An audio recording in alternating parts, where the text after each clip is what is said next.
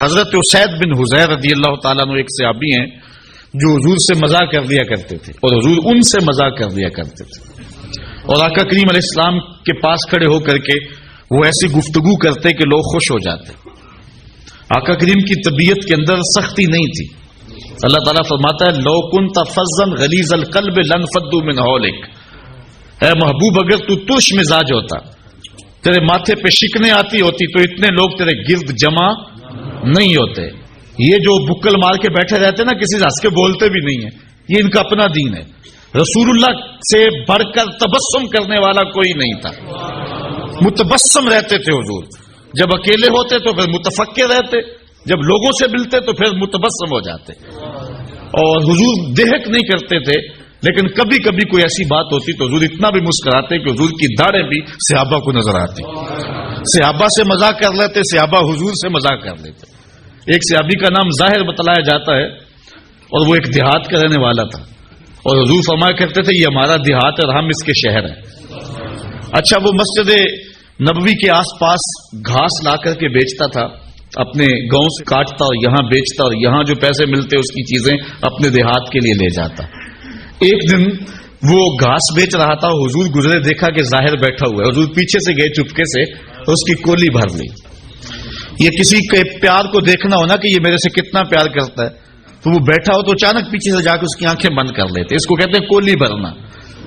اب دیکھتے ہیں آپ کے یہ میرا نام لیتا ہے کہ نہیں لیتا، ہر وقت کہتا ہے جی میں تجھے ہی یاد کر رہا تھا۔ اب پتہ چلے کہ مجھے یاد کرتا ہے کہ نہیں کرتا، کس نمبر پہ میرا نام آتا ہے۔ آپ دیکھتے چیک کرتے نا کسی کو، اور اگر وہ بوجھ لے نام کہ میں کون ہے، کس کے ہاتھ ہیں، تو پھر اس کی محبت کا بھرم رہ جاتا ہے۔ ورنہ آپ اس کو کہتے ہیں، ہر وقت کہتا ہے میں تجھے ہی یاد کرتا ہے، آج پہچان ہی نہیں سکا۔ اب حضور گئے نا، چپکے سے جا کے حضرت ظاہر کی کولی بھر لی۔ اچھا، حضور کے ہاتھ آئے اور پتہ نہ چلے کس کے ہاتھ ہیں۔ اللہ اکبر، ان کو پتہ چل گیا کہ یہ ہاتھ میرے حضور کے ہی ہیں، تو انہوں نے پتہ کیا کیا، کچھ بتانے کی بجائے اپنی کمر کو پیچھے کیا، حضور کے سینے سے جوڑا رگڑنا شروع کر دیا۔ حضور آنکھیں دبائیں کہ بول بتا کون، لیکن وہ بولے ہی نہ، اور میں کہتا ہوں اس نے کبھی بھی نہیں بولنا۔ سفنے دے وچ ماہی ملیا، سفنے دے وچ ماہی ملیا تے گل وچ پا لیاں باواں، ڈر دی ماری اکھ نہ کھولا متا پھر بچڑ نہ جاواں۔ حضرت ظاہر بول ہی نہیں رہے اور حضور آنکھیں دبا رہے۔ پھر حضور نے خود ہی فرمایا اس غلام کو کون خریدے گا؟ اس نے کہا حضور میں تو بڑا سستا ہوں، مجھے کس نے خریدنا ہے؟ فرمایا تو اللہ کے ہاں بڑا مہنگا ہے، تو اللہ کے ہاں بڑا مہنگا ہے۔ تو صحابہ حضور سے مذاق کر لیتے۔ ایک صحابی کا ذکر آتا ہے وہ حضور سے عملی مذاق کرتا تھا۔ ایک تو ہے کہ گفتگو ایسی کرو کہ مزہ پیدا ہو جائے، ایک ہے کام ہی ایسا کرو۔ وہ جاتا منڈی میں سبزی خرید لیتا، کوئی نیا پھل آتا خرید لیتا، حضور کی خدمت میں آ کے ہدیہ پیش کرتا، حضور قبول کرتے، خود کھاتے، جو پاس بیٹھے ہوتے ان کو کھلا دیتے۔ اچھا، اس کو دعا دیتے کہ یہ نیا پھل آیا تو نے ہمیں کھلایا، اللہ تجھے جزا دے۔ 2 4 5 دن بعد دوبارہ جب وہ منڈی جاتا نا، تو جس سے وہ پھل لیا تو ادھار ہوتا، وہ پیسے مانگتا، کہتا آپ تجھے حضور کے پاس لے کے چلو، یہ پھل تو میں حضور کے لیے لے کے گیا تھا۔ اور پھر اس کو لے کے حضور کے پاس آ جاتا، حضور وہ جو پرسوں پھل نہیں کھایا تھا یہ اس کے پیسے مانگ رہے۔ حضور فرماتے میاں تو نے وہ تحفہ نہیں دیا تھا؟ عرض کرتا غریب آدمی ہوں، تحفہ کیسے دے سکتا تھا، میں نے سوچا سب سے پہلے حضور ہی کھائیں۔ تو آقا کریم اس کی قیمت بھی ادا کرتے اور پھر دوبارہ دعا دیتے، پھل کھلاتا، مفت کھلاتا، 2 مرتبہ دعائیں بھی لے جاتا۔ تو یہ آقا کریم علیہ السلام کے ساتھ صحابہ کا یہ محبت کا انداز تھا۔ اللہ اکبر۔ یہ حضرت اسید بن حضیر بھی ایسے ہی شخص تھے۔ اچھا، ایک دن کھڑے کھڑے حضور علیہ السلام سے باتیں چل رہی ہیں، تو حضرت اسید بن حضیر کے پہلو سے کپڑا ہٹا ہوا تھا، تو یہ ایسی باتیں سنا رہا ہے کہ لوگ خوش ہو رہے ہیں، لوٹ پوٹ ہو رہے ہیں۔ حضور نے اپنے ہاتھ کو ان کی جو ہے ان کے پہلو پہ مارا، کہا چل بس بھی کہا رہا، تو حضرت حضیر کا رنگ جو ہے ایک دم بدل گیا۔ عرض کی حضور میں نے بدلہ لینا ہے۔ سب حیران ہے کہ حضیر کیا کہہ رہے ہیں، ابھی ہنس رہے تھے، اب کہتے ہیں میں بدلہ لینا ہے۔ حضور ناراض نہیں ہوئے، حضور نے میں لے لے بھائی۔ اس نے کہا نہ، جب آپ نے مجھے تھپڑ رسید کیا تھا نا، تو میرا کش جو تھا، میرا جو پہلو تھا وہ برہنہ تھا، ننگا تھا، اس کے اوپر کپڑا نہیں تھا۔ حضور نے کپڑا ہٹا دیا۔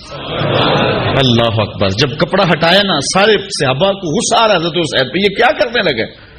لیکن جب حضور کا کپڑا ہٹانا اور گوری گوری حضور کے پہلوؤں کی وہ رنگت اور جھلک دکھائی دی، اب لفظ نو فاحتضنہ فجعل یقبل کشہہ فقال بأبی انت وأمی یا رسول اللہ اردت ھذا، آگے بڑھ کے لپٹ گیا اور حضور کے پہلو کو چومنے لگا اور پھر کہنے لگا میرے ماں باپ آپ پہ قربان ہو حضور، یہ سارا کام میں نے اس لیے کیا تھا، ورنہ میں کون ہوتا ہوں آپ سے بدلہ لینے والا۔ اللہ اکبر۔ خندق کے موقع پر بھی صحابہ نے حضور علیہ الصلوۃ والسلام کے مبارک بطن کو دیکھا تھا اور حضور کے بطن پہ بندے ہوئے پتھر بھی انہوں نے دیکھے تھے۔ اس کے علاوہ بھی کئی ایسے مقامات آئے کہ صحابہ نے حضور کا بطن اقدس بھی دیکھا ہے، حضور کی پشت بھی دیکھی ہے۔ حضرت محرش بن عبداللہ روایت کرتے ہیں کہ حضور علیہ السلام کو میں نے ایک دن احرام باندھتے ہوئے دیکھا حج کا، تو جب حضور علیہ السلام احرام باندھ رہے تھے تو میں نے حضور کی پشت دیکھ لی، فنظرت الی ظہرہ کأنہ سبیکۃ فضہ، ایسا لگتا تھا جس طرح چاندی میں ڈلی ہوئی ہے۔ اللہ اکبر۔ حضرت عائشہ سے روایت ہے کان رسول اللہ صلی اللہ علیہ وسلم واسع الظہر، حضور علیہ السلام کی مبارک جو پشت تھی وہ بالکل کشادہ تھی، واضح تھی۔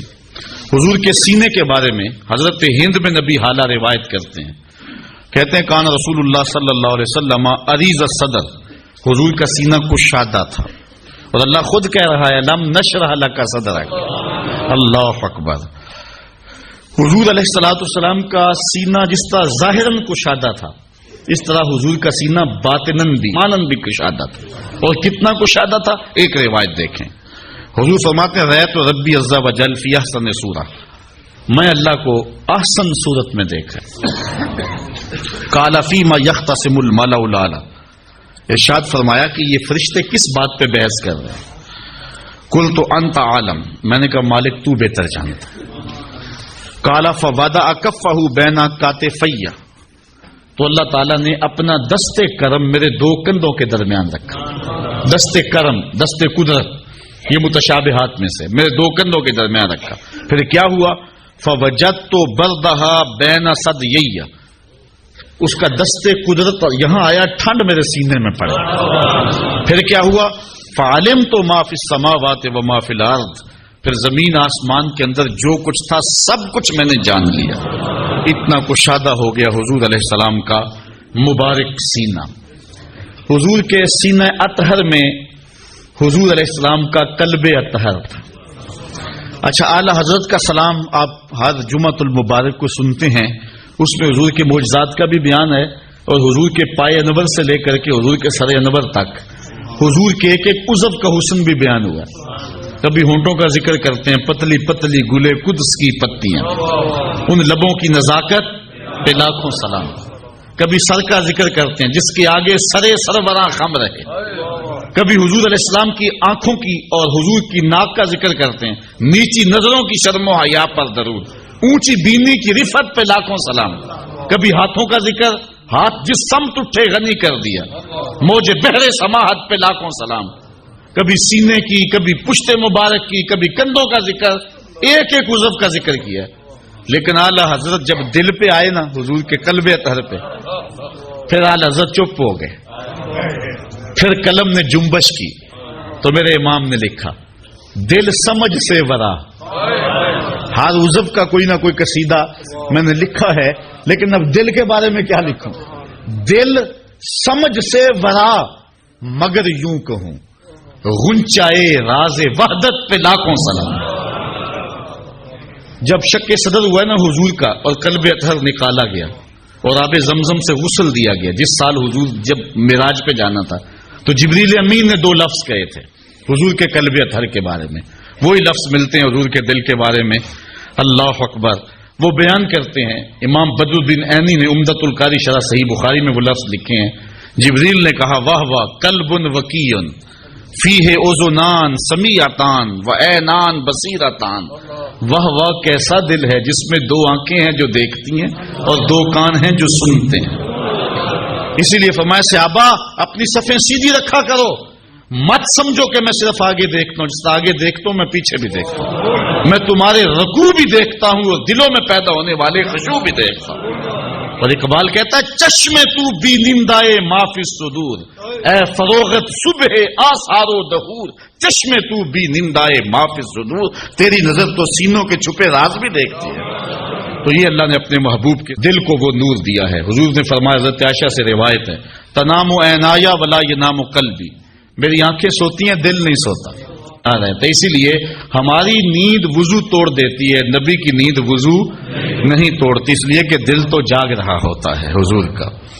اللہ اکبر۔ حضور کے بازو کے بارے میں ایک روایت ہے، کان رسول اللہ صلی اللہ علیہ وسلم عشر ذرائین، حضور کے بازو پہ بال تھے، ابل الازدین والذرائین طویل الزندین، یہ بھی لفظ ہیں، اور ایک روایت میں کان رسول اللہ صلی اللہ علیہ وسلم عظیم الساعدین، یہ حضرت ابو ہریرہ سے مروی ہے کہ حضور علیہ الصلوۃ والسلام کے مبارک بازو عظیم تھے، اور اعلی حضرت فرماتے ہیں جس کو بارے دو عالم کی پرواہ نہیں، ایسے بازو کی قوت پہ لاکھوں سلام۔ حضور نے کنکر پکڑے اور کافروں پہ پھینکے، شاہت الوجوہ اللہم ارعب قلوبہم وزلزل اقدامہم، تو خدا نے کیا کہا، وما رمیتا اذ رمیتا ولکن اللہ رما، اے محبوب یہ جو کنکر تو نے پھینکے یہ تو نے تو نہیں پھینکے، یہ تو میں نے پھینکے۔ ذرا غور تو کیجئے، لوگ جدائی ڈال رہے ہیں اللہ اس کے رسول میں۔ اللہ کہتا ہے محبوب یہ جو کنکر تو نے پھینکے ہیں، یہ کنکر جو تو حضور نے پھینکے ہیں نا، پھر کہا تو نے نہیں پھینکے، یہ میں نے پھینکے۔ ذرا غور تو کیجئے اس پہ، یہ جو کنکر تو نے پھینکے یہ تو نے نہیں پھینکے، یہ میں نے پھینکے۔ وما رمیتا اذ رمیتا ولکن اللہ رما۔ ہمارے استاد فرمایا کرتے تھے کہ لوگوں کو غلطی لگ گئی ہے دین سمجھنے میں، ہم یہ نہیں کہتے کہ اللہ اس کے رسول کی ذات ایک ہے، اگر یہ کہیں گے تو کافر ہوں گے، یہ نہیں کہتے، ہم کہتے ہیں ذات ایک نہیں ہے لیکن بات ایک ہی ہے، ذاتیں دو ہیں لیکن باتیں دو نہیں، ذات ایک نہیں لیکن بات، تو کنکر محبوب نے پھینکے، اللہ فرماتا محبوب یہ میں نے پھینکے۔ اللہ اکبر۔ تو محبوب علیہ الصلوۃ والسلام کے وہ بازو، ان پر ایک حدیث سناؤں، ایک ظاہری حسن ہے نا بازو کا، اور ظاہری لمبائی ہے کہ موزونیت کے ساتھ حضور علیہ السلام کے مبارک بازو لمبے تھے، لیکن اس کا ایک اور مانوی قد بھی ہے، اور وہ حضرت عبداللہ ابن عباس بیان کرتے ہیں، کہتے ہیں نماز پڑھائی حضور نے، نماز پڑھاتے پڑھاتے حضور نے ہاتھ آگے کیا، بخاری کی روایت ہے، پھر پیچھے کر لیا، سلام پھرا تو صحابہ نے پوچھ لیا حضور آج آپ نے نماز پڑھاتے پڑھاتے ہاتھ آگے کیا پھر کھینچ لیا، کیونکہ صحابہ سمجھتے تھے حضور کی اداؤں کا نام دین ہے، تو یہ آج نئی ادا سامنے آئی ہے تو یہ بھی دین ہوگا، تو انہوں نے کہا کہ حضور ہم بھی ایسے کیا کریں، یہ نماز کا حصہ ہے، تو یہ آپ نے فرمایا کہ کیوں ایسا فرمایا، تو حضور نے فرمایا اصل بات یہ نہیں تھی، بات یہ تھی جنت میں کھجوروں کا ایک خوشہ لٹک رہا تھا، جنت میں کھجوروں کا ایک خوشہ لٹک رہا تھا، میں اس کو توڑنے کے لیے بازو بڑھایا تھا، پھر میں توڑنے لگا، پھر میں نے نہیں توڑا، اور اگر میں توڑ لیتا تم دنیا کے ختم ہونے تک کھاتے رہتے، ختم نہ ہوتا۔ اب جنت کہاں ہے؟